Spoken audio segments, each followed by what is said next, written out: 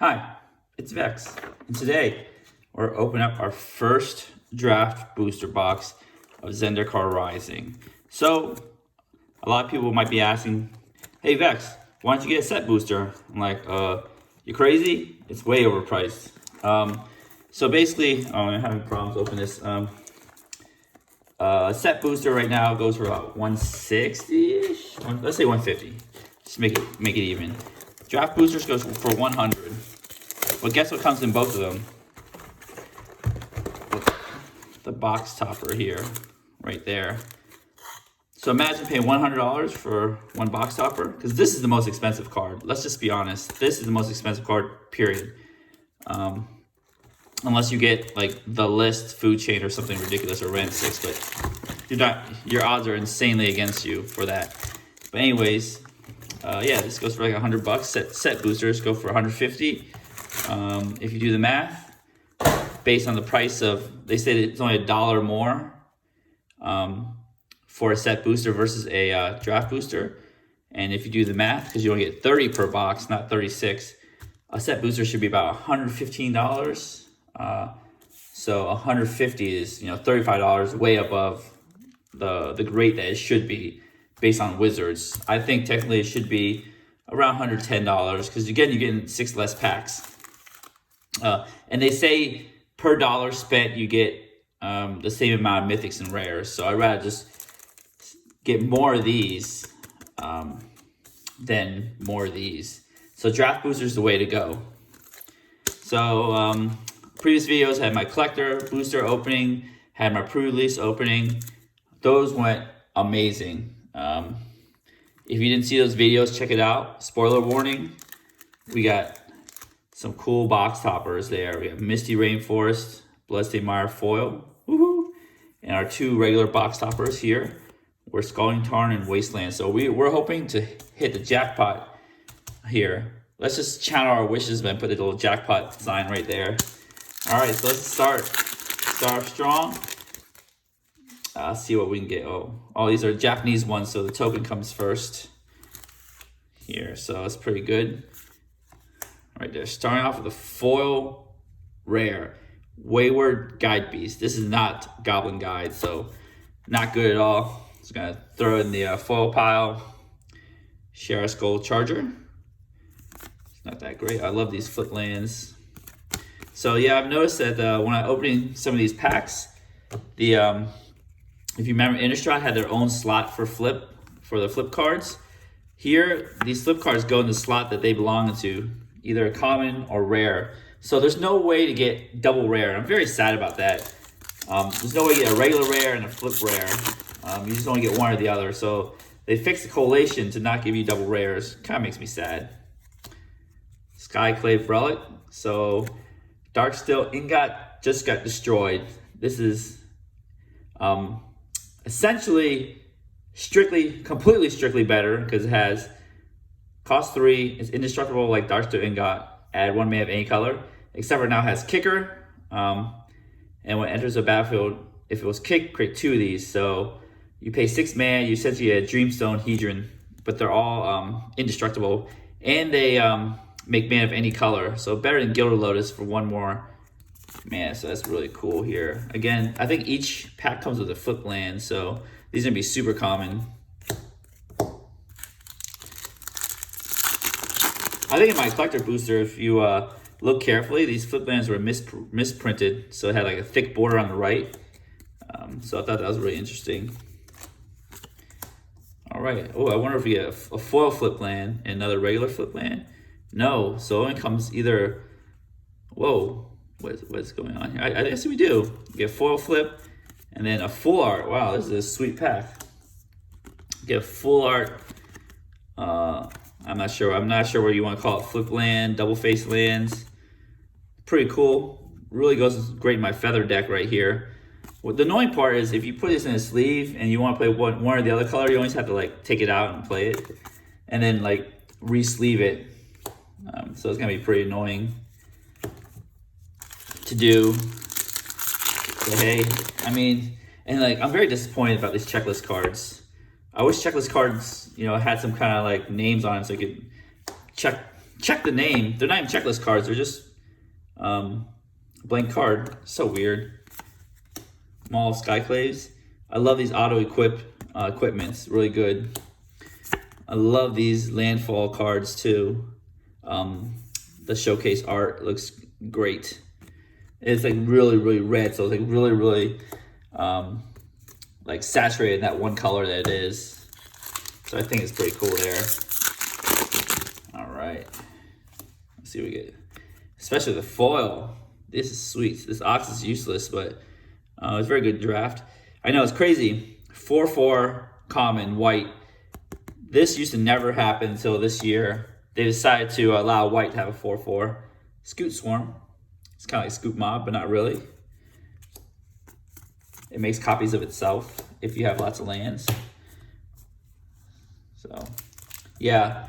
Like in Limited, there used to be a rule like no 4-power white creatures, but now they just said screw it. White needs some good limited power. Let's do it. Got foil Scion of the Swarm foil. Myriad Construct. I think I talked about this. This is really cool with kicker. +1/+1 counter for each non-base land. I'm not sold if this is a good EDH card or not, but it seems like a good EDH card because all my friends play non-basic lands in my play group. Non-basic lands are just all over the place. And if you kick it, it's probably like a 10/10, you know, hypothetically, because it starts at a 4/4. And if each player plays 2 non-basic lands, each opponent, it's like a 10/10. It's probably come bigger than that, like 15/15, because everybody's playing non-basic land. They're ramping regular basic lands where they're always playing like 3 or 4 colors nowadays. Inscription of Insight. So I really like these kicker cards like this. You get to like have 2 modes essentially. It's kind of like a modal spell in a way. Wayward Guide Beast, nope, no good. That is not Goblin Guide. I mean, it'd be insane if I was close to Goblin Guides to have 8 Goblin Guides in a deck. So, oh, here we go, Land Harmonicon. That's what they call him. He's got the Raminette Excavator text and a Land Harmonicon text. And also has Reach too, by the way, if you didn't know. Ooh, this is our mythic, first mythic. I love Land Harmonicon. We're looking for that in our Azusa deck, of course, but we want the extended art foil only in collector's boosters. We did not get an extended art foil. We actually have a foil one we opened, but Archon of Meria. This is good for stacks decks, like half a Talia, half a Eidolon of Rhetoric, I think, or one of those white Eidolons. So it's really good. Good in your Heliod stacks deck if you want to put them in there. It's pretty neat. Nimana, Sky Dancer, oh whatever, however you pronounce it. Hagra Mauling. Oh, this card bothers me. I wish it said short target creature or planeswalker. Just like I know it's overcosted, and I know you can play it as a land right here, but I just wish they had the planeswalker because it just becomes a murder, and murder is just like unplayable in standard or anything. Inscription of Abundance. They have the you pay the regular price to choose one, but if you play kicker, you can choose them all. So that's pretty neat. Neat concept. I think they're really designed like they have like this thing has 2 modal sets. Kicker is like a modal spell, and modal double face cards. So they're really like working hard for best of 1. And I think because best of 1 doesn't have a sideboard, you want to give people more options. Kazaa. This is Spellslinger Commander here. Yeah, so like everything's like modal now, or just made for best of 1. It's interesting. Of course, I've heard people grumble about Ramp and Lotus Cobra and best of 1. I've seen a screenshot of somebody having like 10 lands on turn 4 with Omnath and Lotus Cobra and Uro. So we'll see. We'll see how that goes in standard. I don't really pay attention to standard that much. Here we have a Clearwater Pathway. Clearwater's, that's a fun place to go to. Yeah, Ramp is just so good in standard. I just stopped paying attention because it's just so broken. It's not fun anymore to play. This is No Priest of Oblivion. So that's pretty neat here. It's got menace. I love that menace keyword. Just, I love being able to attack right into an untapped creature with my menace creature, and they just can't block. Yeah, so back to, ooh, was that Lotus Cobra saying hi to me? Yep. So back, speaking of Lotus Cobra, insane and standard, again, still. At least it's at rare, not mythic this time. Looks gorgeous, little Lotus right here too. Let's put this right here next to mythic. I feel like it's an honorary mythic because it used to be a mythic. I just feel like standard is just such a broken place because they're trying to design so hard for best of one that it's just, and just pushing the power level so high. Again, this is Death Shadow version 2. It plays interesting in EDH because ignoring the kick part, Scourge of the Skyclave's power and toughness are each equal to 20 minus the highest life total among players. So you play this on turn 2. Highest life total is 40. 40 minus 20 is 20 on turn 2. So, right? 20 minus the highest life total among players. Yeah. So, as long as you keep somebody at 40, that stays at 20. It's like a turn 2 Dark Depths. But obviously it's not good at killing somebody because it's just like, you know, if you hit somebody, their life total is going to go lower. Oh, another mythic. Agadeem's Awakening. This is insanely good. I mean, you basically just slot into almost any black deck. Except for the black and EDH, you kind of need swamps for Cabal Coffers. But you can do Urborg, so I would still slot in most black decks in EDH. It's got very weird wording. Return from your graveyard to the battlefield any number of target creatures cards that each have a different converted mana cost X or less. So if X is 1 and you have a creature with 0 and 1, so I think you return 2 if X is 1. We have a 0 cast cost creature in graveyard. It's worded very weirdly. I believe that's how it works, but it's still very good. It's an excellent card, and otherwise you can just play the land tapped or pay 3 life and untap it. So bolt yourself and untap it. Very good in EDH. I believe these cards will probably be staples in EDH. Don't sleep on those cards. I do want to try them. What's this? Shadow's Verdict. So it kills all creatures and planeswalkers 3 or less. And exiles them from the graveyard, but it costs 5. So it's like an Earl killer. Earl Oko killer. I can't imagine if Earl and Oko are actually in the same standard. That's just ridiculous to even think of. I mean, thank God they're not Would Negate. It's still beautiful looking. Even though this has never left standard for years, it's still gorgeous looking. Cray Crown Pathway. Timber Crown Pathway. There's probably a way to make it a non-double face card, but I guess it looks cooler because it has 2 different arts. They probably could have worded it with like, you know, a token or a counter or something. You know, just like the Thriving Lands, when you enter the battlefield, choose red or green and adds that color. I don't know. It's just interesting to think of. Verazol, the Split Current, so it's like cool little Hydra, but it's not a Hydra, it's a Serpent. So, and it's not mythic. I'm so used to legendaries being mythics, but they aren't mythics anymore. So it's just weird to me. I think they're just comfortable making legendaries at rare because, you know, EDH. Again, the legendaries stop becoming special if you keep making them at an insane clip. Sorry, I had to organize my piles there. Roiling Vortex. So this is like Sulfuric Vortex Part 2. They really like doing Part 2s, like just copying old cards and just doing like a little tweak. But I'm fine with that. It might be better, it might be worse. It costs 1 less than Sulfuric Vortex. Ooh, Foil Mythic Scourge of Skyclaves. This is really good in Nethroi decks. If you get people low enough, his power becomes negative, and it does some weird math with Nethroi. So it's pretty neat. Skyclave Apparition here. I don't know what it does, but no one's talked about it, so no one cares. Moving on. Arash Skyclave Hieroplant. So that is the The buy a box promo. Do I have one of these? Yep, buy a box promo right there. I really like the fact that buy a box promo is just another card in the set. It's not like a different card. Thank God. You know, don't want that Nexus of Fate issue to happen again. Nexus of Fate is still expensive, by the way. Squad Commander. There's a little party card here. I'm not sure. I'm not sure I like party as a mechanic.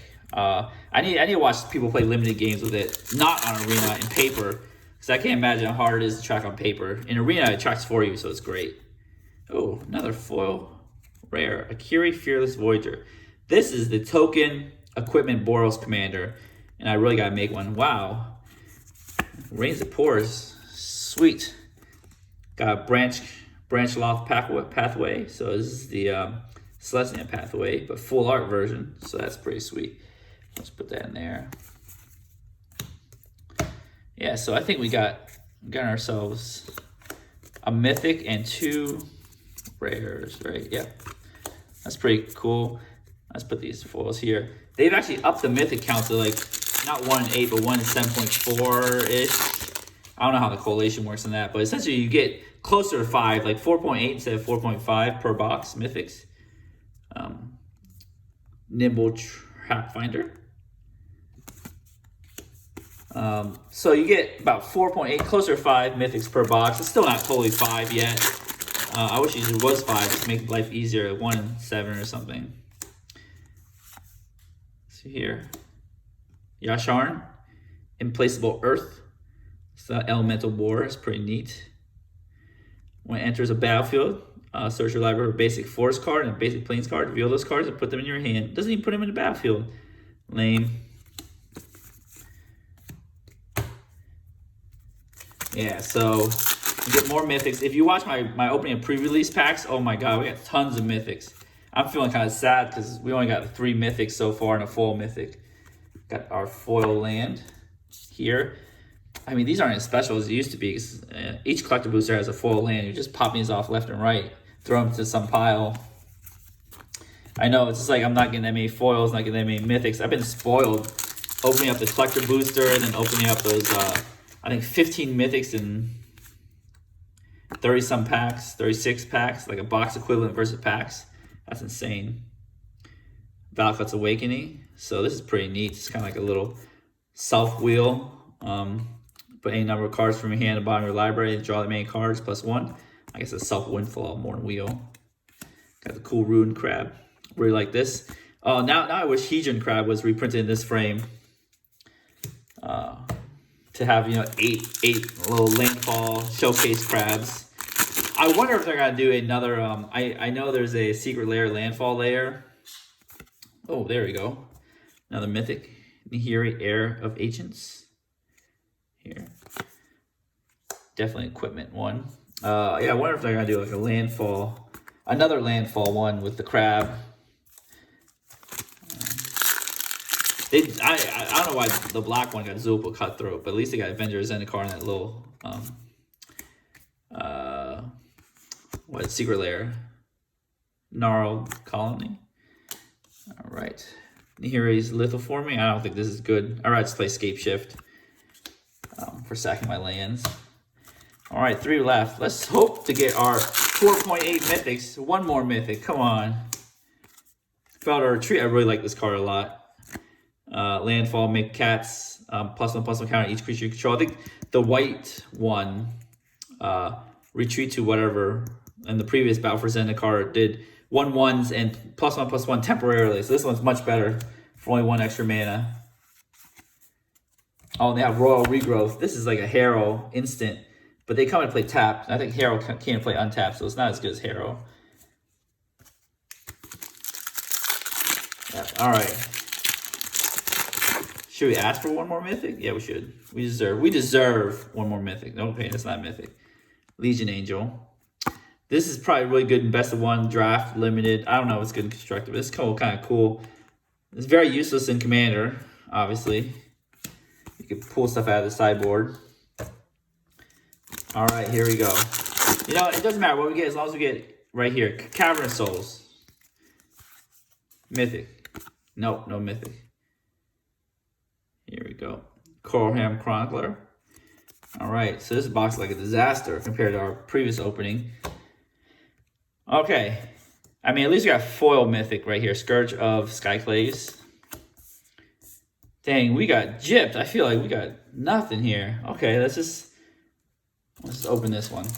This one we care. I mean, this one's definitely a mythic symbol, right? So you can't go wrong like here. It's hard to open these without like fear of rip there. They got the little rip thing right here. Dang, it's hard to open this without fear of like damaging the card.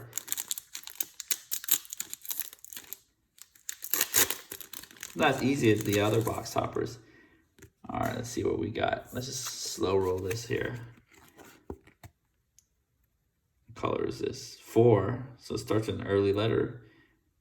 Oh, what's this? Wooded Foothills.